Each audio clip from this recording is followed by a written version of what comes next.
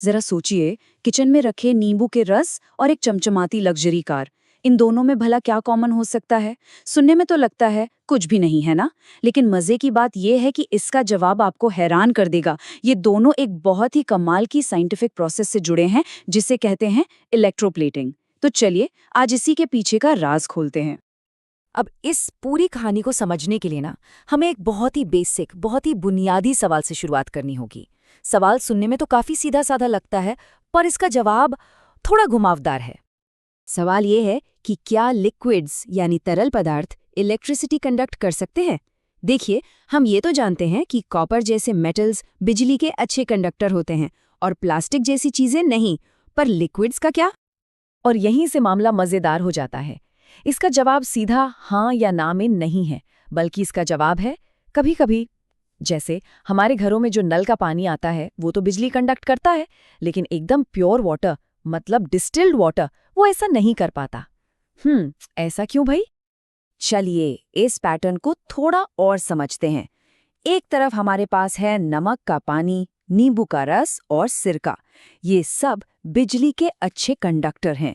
और दूसरी तरफ है डिस्टिल्ड वाटर, शहद और वेजिटेबल ऑयल, जो इलेक्ट्रिसिटी को बिल्कुल रास्ता नहीं देते।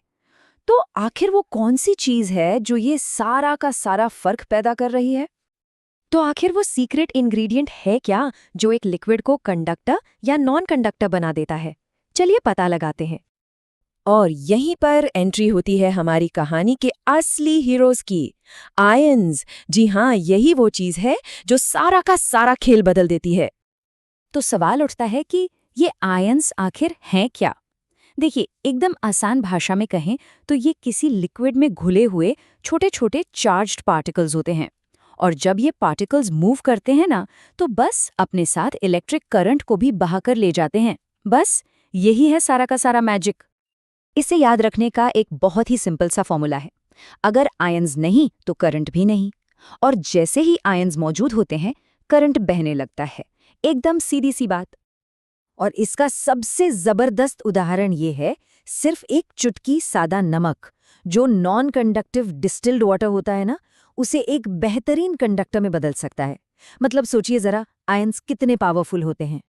ठीक है, तो अब हम ये तो समझ गए कि लिक्विड्स में बिजली दौड़ती कैसे है, लेकिन कहानी यहीं खत्म नहीं होती। असली मजा तो अब शुरू होने वाला है।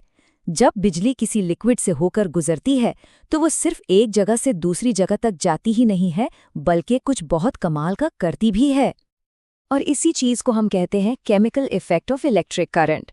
इसका मतलब बिल्कुल सीधा सा है, जब भी बिजली किसी कंडक्टिंग सॉल्यूशन से गुजरती है तो वो वहाँ केमिकल रिएक्शंस शुरू कर देती है।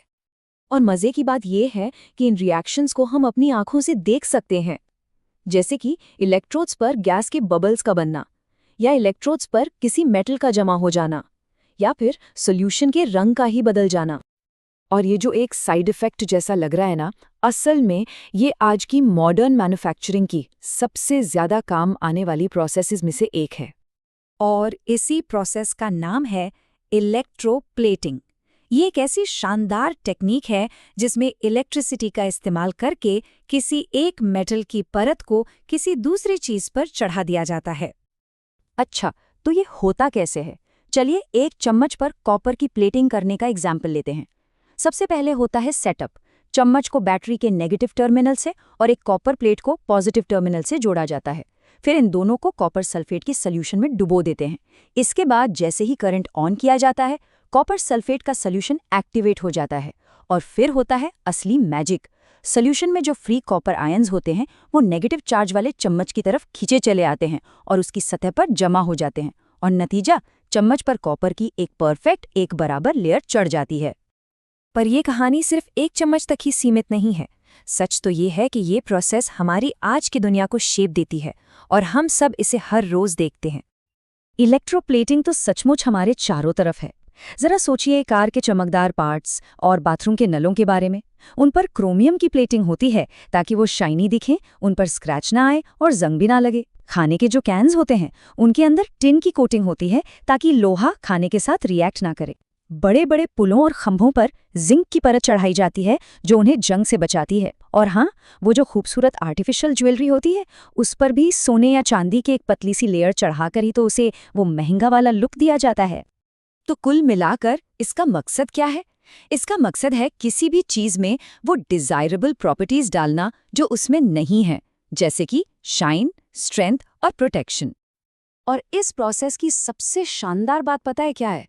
जरा सोचिए, कार का पूरा पार्ट महंगे क्रोमियम से नहीं बना होता, बल्कि किसी सस्ती धातु के ऊपर बस क्रोमियम की एक बहुत ही चालाकी से प्लेटिंग कर दी जाती है। ये चीजों को बेहतर भी बनाता है और किफायती भी। तो अब जब ये राज पता चल ही गया है, तो जरा अपने आसपास नजर दौड़ाइए। वो कौन कौन सी चीजें हैं जिनमें इलेक्ट्रोप्लेटिंग का ये जादू छिपा हुआ है? अगली बार जब किसी चमचमाती चीज पर नजर पड़े तो याद रखिएगा, हो सकता है उसकी असली खूबसूरती बस एक पतली सी परत में ही छिपी हो।